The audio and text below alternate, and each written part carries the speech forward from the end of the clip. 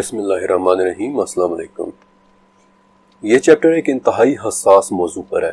ایک ایسا موضوع جس نے پچھلے 150 سال میں کئی ابہام پیدا کیے ہیں،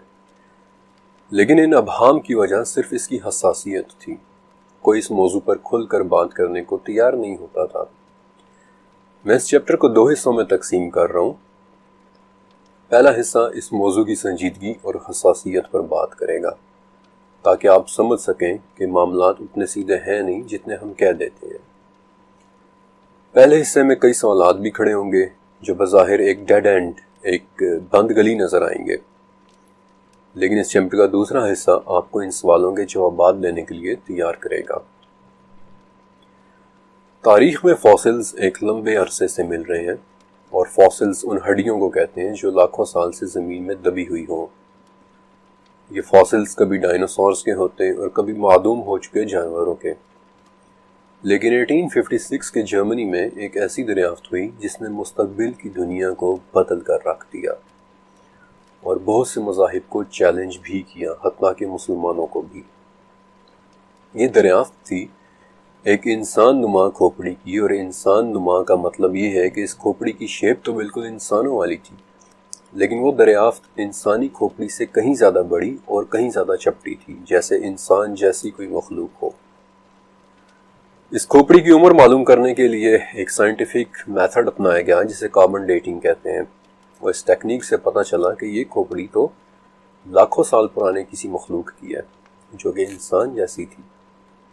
لیکن ان لاکھوں سال کے دعوے میں تھوڑا سا شک کرنا ضروری ہے، کیونکہ کاربن ڈیٹنگ ٹیکنیک میں اگر سیمپل یعنی جس چیز کی عمر معلوم کی جا رہی ہے اس میں تھوڑی سی بھی ملاوٹ ہو جائے تو بہت غلط رزلٹ سامنے آتا ہے۔ کاربن ڈیٹنگ ایک بہت زیادہ قابل اعتبار طریقہ نہیں ہے، اسی لیے جہاں ایک طرف کھدائی کے دوران ایک کے بعد ایک فاسلز ملنے لگے، وہیں دوسری طرف ان کی عمریں معلوم کرنے کے لیے کاربن ڈیٹنگ کے علاوہ بھی نئی سے نئی ٹیکنالوجی ایجاد ہوتی چلی گئی، مثلا ریڈیو کاربن ڈیٹنگ، مثلا الیکٹران پیرامیگنیٹک ریزوننس، مثلا تھرمولومینیسنس ڈیٹنگ، مثلا ریڈیومیٹرک ڈیٹنگ، مثلا انکریمنٹل ڈیٹنگ، اور اس وقت ان ڈھانچوں یا ان کھوپڑیوں کی عمریں معلوم کرنے کے لیے جدید ترین ٹیکنالوجی میں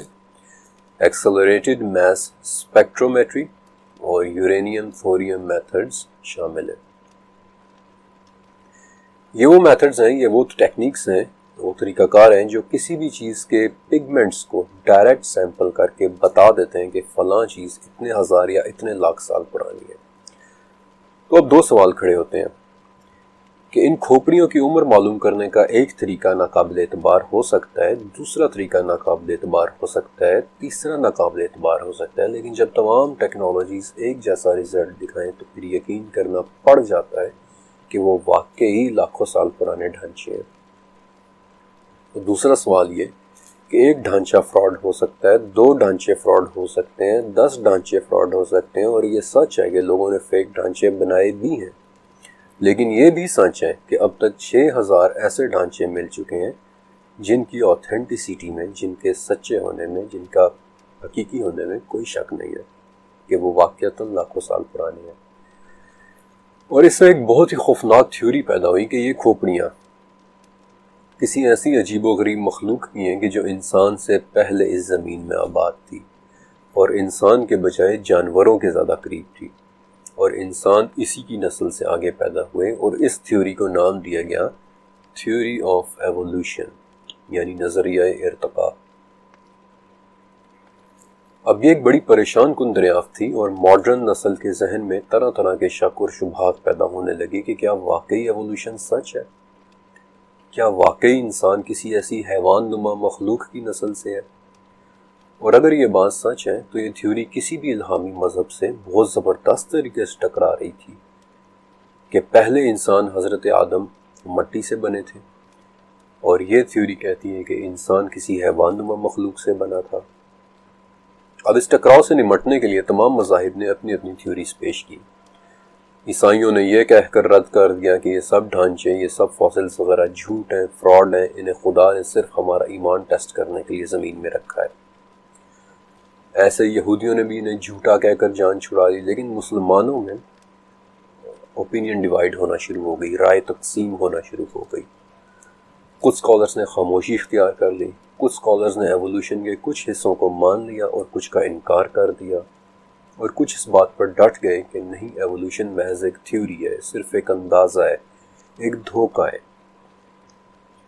لیکن مسئلہ یہ تھا کہ صرف کہہ دینے سے کہ یہ ایک تھیوری ہے، ایک اندازہ، ایک دھوکہ ہے، جان نہیں چھوٹ جاتی۔ ماڈرن ایجوکیشن سے منسلک نسل سوال کرتی ہے، یہاں تک کہ 70s میں ترکی، سعودی عرب، لبنان اور پاکستان وغیرہ کو باقاعدہ ایک کیمپین چلانی پڑی تھی کہ ایوولوشن جھوٹ ہے، فراڈ ہے، دھوکہ ہے۔ آخر کار اسکالرس کی اکثریت نے یہ حل نکالا کہ ہمیں اس موضوع پر توقف سے کام لینا چاہیے، یعنی کہ جو چیز قرآن میں ڈکلیئر نہیں ہوئی ہوئی اس پر بحث کی کوئی ضرورت نہیں ہے۔ اب اس توقف سے فائدے کے بجائے نقصان زیادہ ہوا، اور اس وقت صورتحال کچھ یوں ہے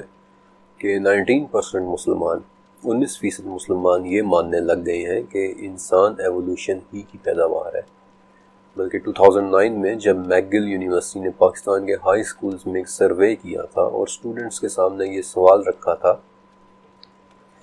کہ کیا ان فاسلز کو دیکھ کر آپ یہ بات مانتے ہیں کہ ایوولوشن سچ ہو سکتا ہے، تو 86% نے ہاں ہی میں جواب دیا تھا۔ اور 2013 میں پیو ریسرچ کی PEW ریسرچ کی سروے سے یہ پتہ چلا تھا کہ ہاں کہنے والوں کی تعداد بڑھتی چلی جا رہی ہے، یہاں تک کہ ایران اور افغانستان جیسے کنزرویٹو ممالک میں بھی 26% نے ہاں کہی تھی۔ اور یہی وجہ ہے کہ 2014 میں جب داعش نے موصل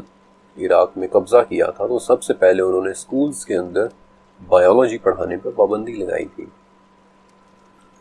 اس موقع پر مجھے ایک واقعہ یاد آ گیا جو میں نے سینٹ آگسٹین کی 5ویں صدی کی ایک کتاب دی سیویتاتے دے دا سٹی آف گاڈ میں پڑھا تھا کہ عیسیٰ علیہ السلام کے 170 سال بعد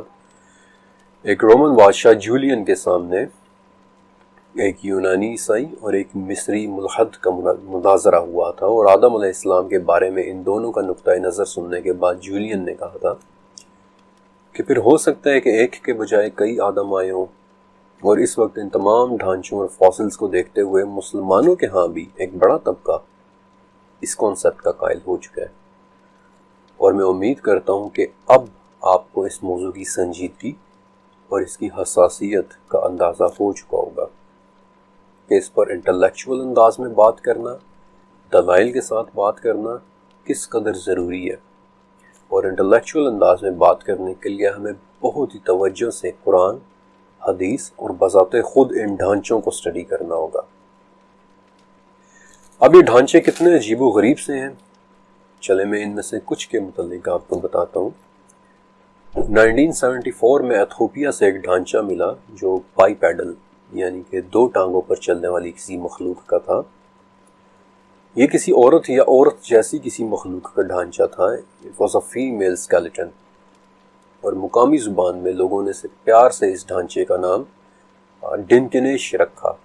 جس کا مطلب ہے کہ تم بہت پیاری ہو۔ دنیا آج اس ڈھانچے کو لوسی کے نام سے جانتی ہے۔ پچھلے 50 سال میں لوسی کو کئی ممالک میں لے جایا گیا، اس پر کئی طرح سے ریسرچ کنڈکٹ کی گئی، بلکہ اگر آپ نے 2013 میں ہالی ووڈ کی فلم لوسی دیکھی ہو تو اس فلم میں اسی لوسی کا ریفرنس تھا۔ بہرحال مختلف طریقوں سے اس کی ایج ڈسکور کی گئی، اس کی عمر معلوم کی گئی، تو پتہ چلا کہ لوسی آج سے 32 لاکھ سال پہلے زمین میں جیا کرتی تھی۔ اور یونیورسٹی آف ٹیکساس نے اپنی ریسرچ میں بتایا کہ لوسی ایک درخت سے گر کر مری تھی اور بعد میں اسے کسی جانور نے کھا لیا تھا، اور اس جانور کا انفیکٹ ایک دانت آج بھی لوسی کی کمر کی ہڈی میں پھنسا ہوا ہے۔ اسی طرح 2 اور ڈھانچے، جن میں سے ایک ایتھوپیا سے ملا جو آج سے 20 لاکھ سال پہلے زمین پر چلا کرتا تھا، اور دوسرا کینیا سے ملا ایک ڈھانچہ ترکانا بوائے جو بالکل ایک نوعمر سے لڑکے کا ڈھانچہ تھا۔ لیکن میں آپ کو 2 بہت ہی عجیب و غریب دریافتوں کے بارے میں بھی بتانا چاہتا ہوں۔ پہلی تو آج کے اسرائیل میں ملی تھی، یہ 1 نہیں 2 نہیں بلکہ 9 ڈھانچوں کی پوری ایک فیملی تھی جسے قذفے کہتے ہیں۔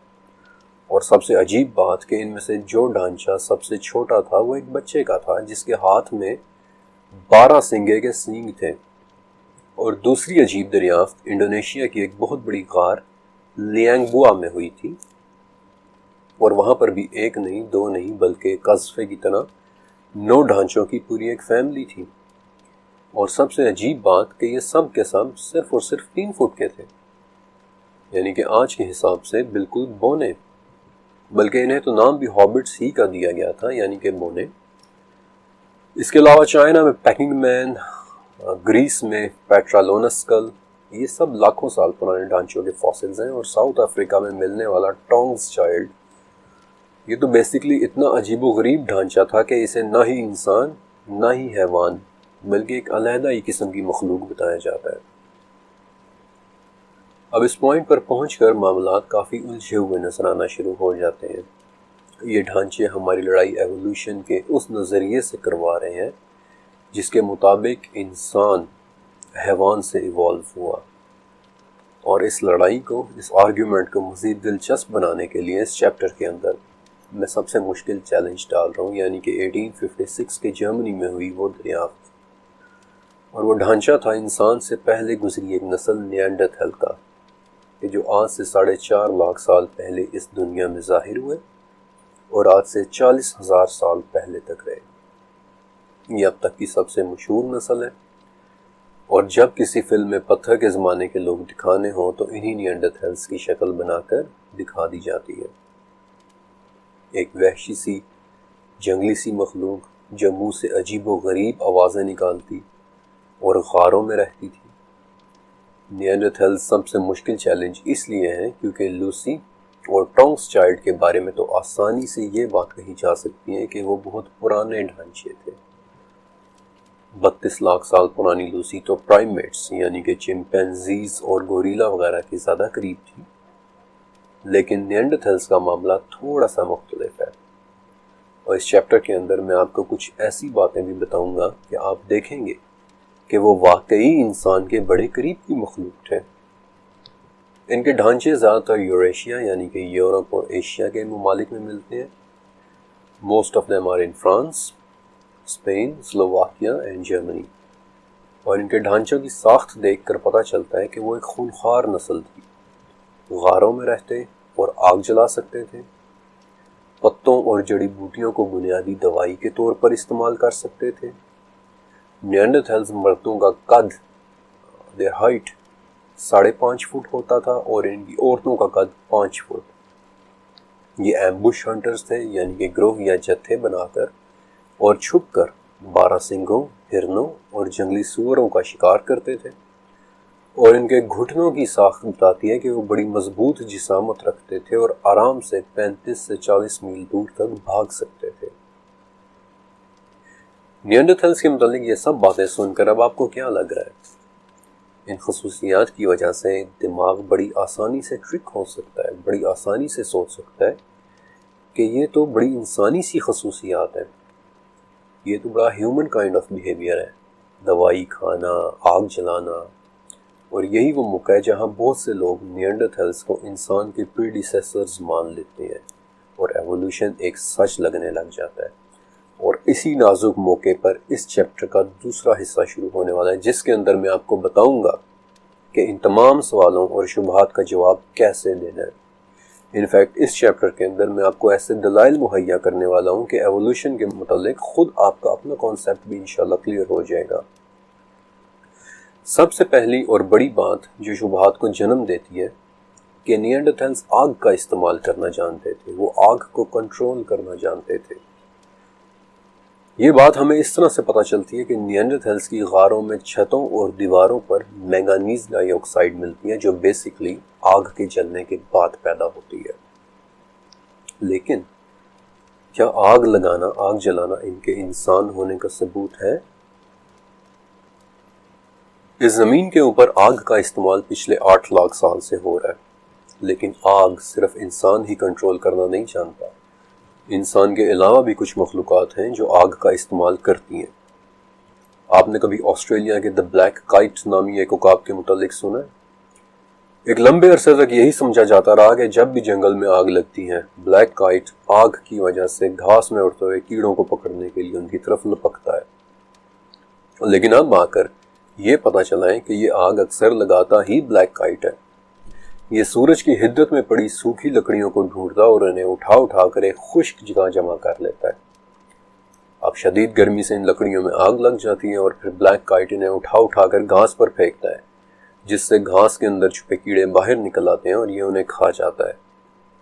آگ کا استعمال صرف انسان نہیں اور بھی مخلوقات جانتی ہیں، اور نیانڈرتھلز انہی مخلوقات میں سے ایک مخلوق تھے۔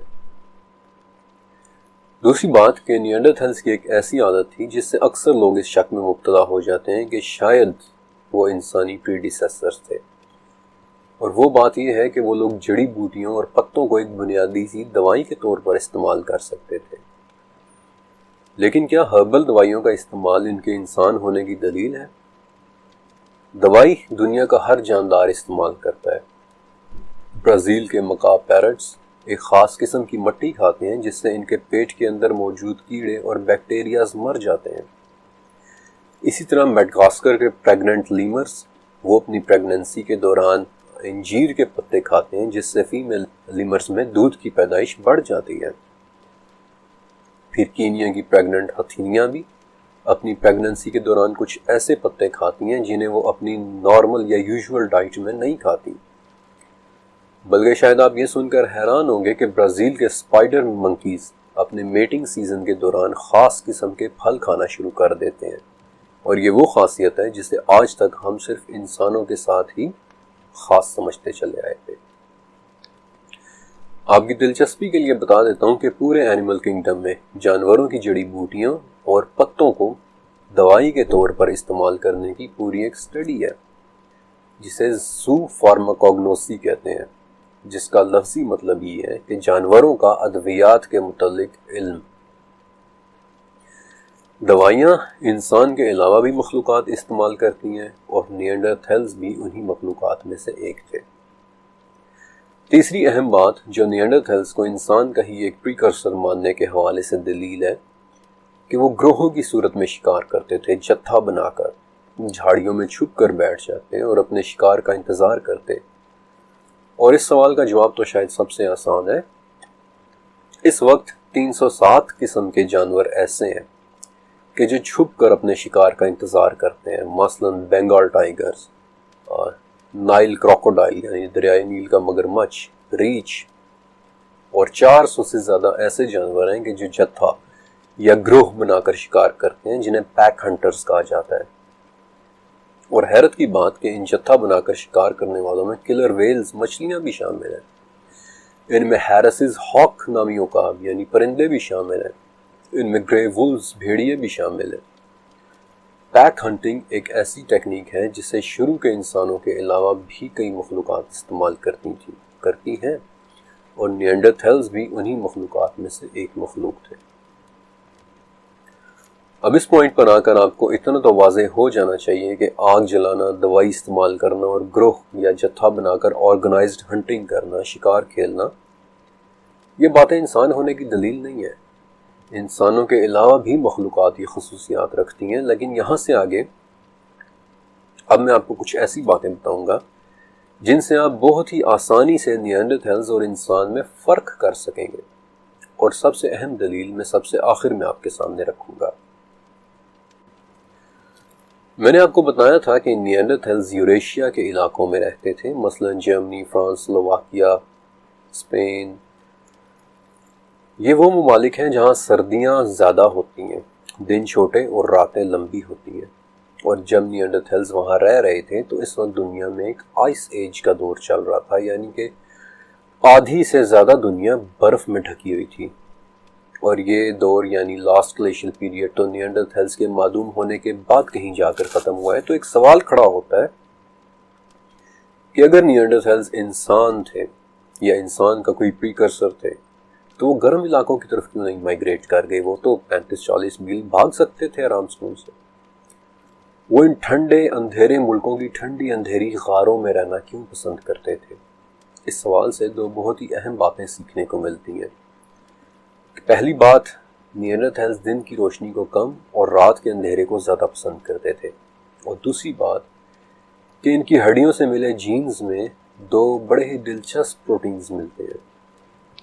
ASB1 اور EXOC6۔ یہ دونوں جینز اس بات کا واضح ثبوت ہیں کہ وہ دن کو سوتے اور رات کو جاگتے تھے، جبکہ اس کے برعکس انسان، آپ کے لیے یہ بات شاید نہیں ہو لیکن انسان کے جسم میں ایک بائیو کیمیکل پروسیس ہوتا ہے جسے سرکیڈین سائیکل کہتے ہیں، اور بڑی حیرت کی بات ہے کہ یہ سرکیڈین سائیکل ایکچولی سورج یعنی سولر ٹائم کے ساتھ، سورج کی گردش کے ساتھ سنکڈ ہوتا ہے۔ یعنی آسان ترین الفاظ میں اس بات کا یہ مطلب ہے کہ رات کے وقت انسان کی نیند فطری ہے، خواہ وہ چاہے یا نہ چاہے۔ سورج ڈھل جانے کے بعد رات کے وقت انسان کو نیند آئے ہی آئے گی، اور دن کے وقت قدرتی طور پر جاگ جانا اسی سرکیڈین سائیکل کی وجہ سے ہی ہوتا ہے۔ اور بڑی خوبصورتی کے ساتھ انسان کے اس فطری تقاضے کا ذکر سورہ روم کی 23ویں آیت میں ہے، 23 آیت میں، کہ اس کی قدرت کی نشانیاں تمہاری راتوں اور دن کی نیند میں ہے۔ دوسری بات کہ نیانڈرتھلز میں سے 80% لوگ 40 سال کی عمر تک پہنچنے سے پہلے ہی مر جاتے تھے، اور اس کی ایک بہت بڑی وجہ اس دور کے جانور بھی تھے جن کی غاروں میں رہنے کے لیے نیانڈرتھلز کو ان سے لڑنا پڑتا تھا۔ 2016 میں نیانڈرتھلز کے 124 ڈھانچوں پر بڑی گہرائی سے ایک اسٹڈی کی گئی تھی، جس سے یہ پتا چلا کہ ان 124 میں سے 92 نیانڈرتھلز کو جانوروں نے ہی مار ڈالا تھا، اور ان جانوروں میں سب سے زیادہ حملے کیو بیئر یعنی غاروں میں رہنے والے ریچھ، پھر دوسرے نمبر پر بڑے بڑے دانتوں والے سملڈون شیر، اور تیسرے نمبر پر بھیڑیوں کے حملے سے مرنے والی نیانڈرتھلز سے، اور باقی 32 نیانڈرتھلز خوراک کی تلاش میں مر گئے یا انہوں نے ایک دوسرے کو ہی مار دیا، جس کے متعلق میں آپ کو تھوڑا بعد میں چل کر بتاؤں گا۔ نیانڈرتھلز کو زمین میں رہنے کے لیے جگہ اتنی آسانی سے نہیں ملی تھی۔ ان خوفناک اور دیو ہیکل جانوروں کے ساتھ ہر وقت جاری رہنے والی ایک لڑائی جو نیانڈرتھلز کی طرح ہی معدوم ہو گئے، اور پھر اس زمین میں انسان کے لیے جگہ بنی، اور اسی احسان کا ذکر آپ کو سورہ اعراف میں نظر آئے گا کہ ہم ہی نے تمہیں زمین میں رہنے کی جگہ دی، ہم ہی نے اس میں تمہارا رزق بھی رکھا۔ تیسری بات کہ نیانڈرتھلز کی فزیولوجی انسان سے بڑی مختلف ہے۔ ان کے بڑے بڑے نسلیں تھے، اور ان کے گھٹنوں کی ساخت بتاتی ہے کہ وہ 35 سے 40 میل دور تک بھاگ سکتے تھے، اور یہ کہ وہ کینیبلز تھے، یعنی کہ ایک دوسرے کو ہی کھا جانے والے تھے، جیسا کہ بعض جانور کرتے ہیں، جیسا کہ اکثر چمپینزیز کرتے ہیں، جیسا کہ شیر بھی کرتے ہیں، جیسا کہ ہپوپوٹمس بھی اکثر کرتے ہیں۔ بلکہ آپ نے ہائیناز کا نام شاید سن رکھا ہوگا۔ یہ ایک ایسا جانور ہے جس میں فیمیل میل سے بڑی ہوتی ہے، اور یہ ضروری بھی تھا کیونکہ ہائیناز کی عادت ہے ایک دوسرے کو اور اپنے بچوں کو کھا جانے کی، لہٰذا فیمیل سائز میں بڑے ہونے کی وجہ سے میلز کو ڈرا کر اپنے بچوں کو بچا لیتی ہیں، ورنہ میلز چھوٹے ہائینا بچوں کو کھا جاتے ہیں۔ کروشیا، اسپین اور بیلجیم کی غاروں میں سے ملنے والے ایک نیانڈرتھل کی ٹانگ کی ہڈی توڑ کر اس میں سے گدا نکال کر کھایا گیا تھا، دی بون میرو۔ پھر فرانس میں ملے ایک نیانڈرتھل کے ڈھانچے کی پسلیوں پر کسی دوسرے نیانڈرتھلز کے دانتوں کے نشان تھے، یعنی کہ صاف ظاہر ہے کہ ایک نیانڈرتھل نے دوسرے نیانڈرتھل کو کھا لیا تھا۔ اور اسپین میں تو 12 ڈھانچے ایسے ملے ہیں جن کے سر توڑ کر ان میں سے دماغوں کو نکال کر کھایا گیا تھا، اور ان میں سے 3 ڈھانچے انفیکٹ بچوں کے تھے۔ ڈرہم یونیورسٹی کے پروفیسر پال پیلٹیٹ نے ایتھوپیا سے ملنے والے فاسلز A1333 کو اسٹڈی کیا تھا، اور وہ کہتے ہیں کہ جرمنی سے لے کر چائنا تک پھیلے ہوئے فاسلز کی کھوپڑیاں ٹوٹی ہوئی ہیں، ان کے گدوں کو نکال کر کھایا گیا ہے۔ ایک لمبے عرصے تک یہی سمجھا جاتا رہا کہ کھوپڑیوں کا اس طرح توڑ کر دماغ نکالے جانا شاید کسی قسم کی کوئی مذہبی رسم تھی، لیکن 2010 میں مزید بہتر ٹیکنالوجی سامنے آئی جس سے ان ہڈیوں کی مزید بہتر سٹڈی ہوئی، اور اس بہتر سٹڈی سے ایک بہتر انٹرپریٹیشن ملی، اور ہمیں پتہ چلا کہ یہ کوئی مذہبی رسم نہیں تھی بلکہ خوراک کے حصول کے لیے نیانڈرتھلز ایک دوسرے کے دماغ کو نکال کر کھا رہے تھے۔ بلکہ کروشیا میں غار ہے جسے وندیا کیو کہتے ہیں، اس میں نیانڈرتھلز کی ہڈیوں میں سے ایک بھی کھوپڑی سلامت نہیں ہے، یہ سب کی سب کھوپڑیوں اور ہڈیوں کو توڑ کر ان میں سے دماغ اور گدا نکال کر کھایا گیا ہے۔ لیکن انسان ذرا خود سوچئے کہ 40,000 سال پہلے نیانڈرتھلز معدوم ہوئے ہیں اور ان کے صرف چند ہزار سال بعد انسان سولومن آئیلینڈز پہ ارویاں یعنی کہ ٹیرو کاشت کر رہے تھے۔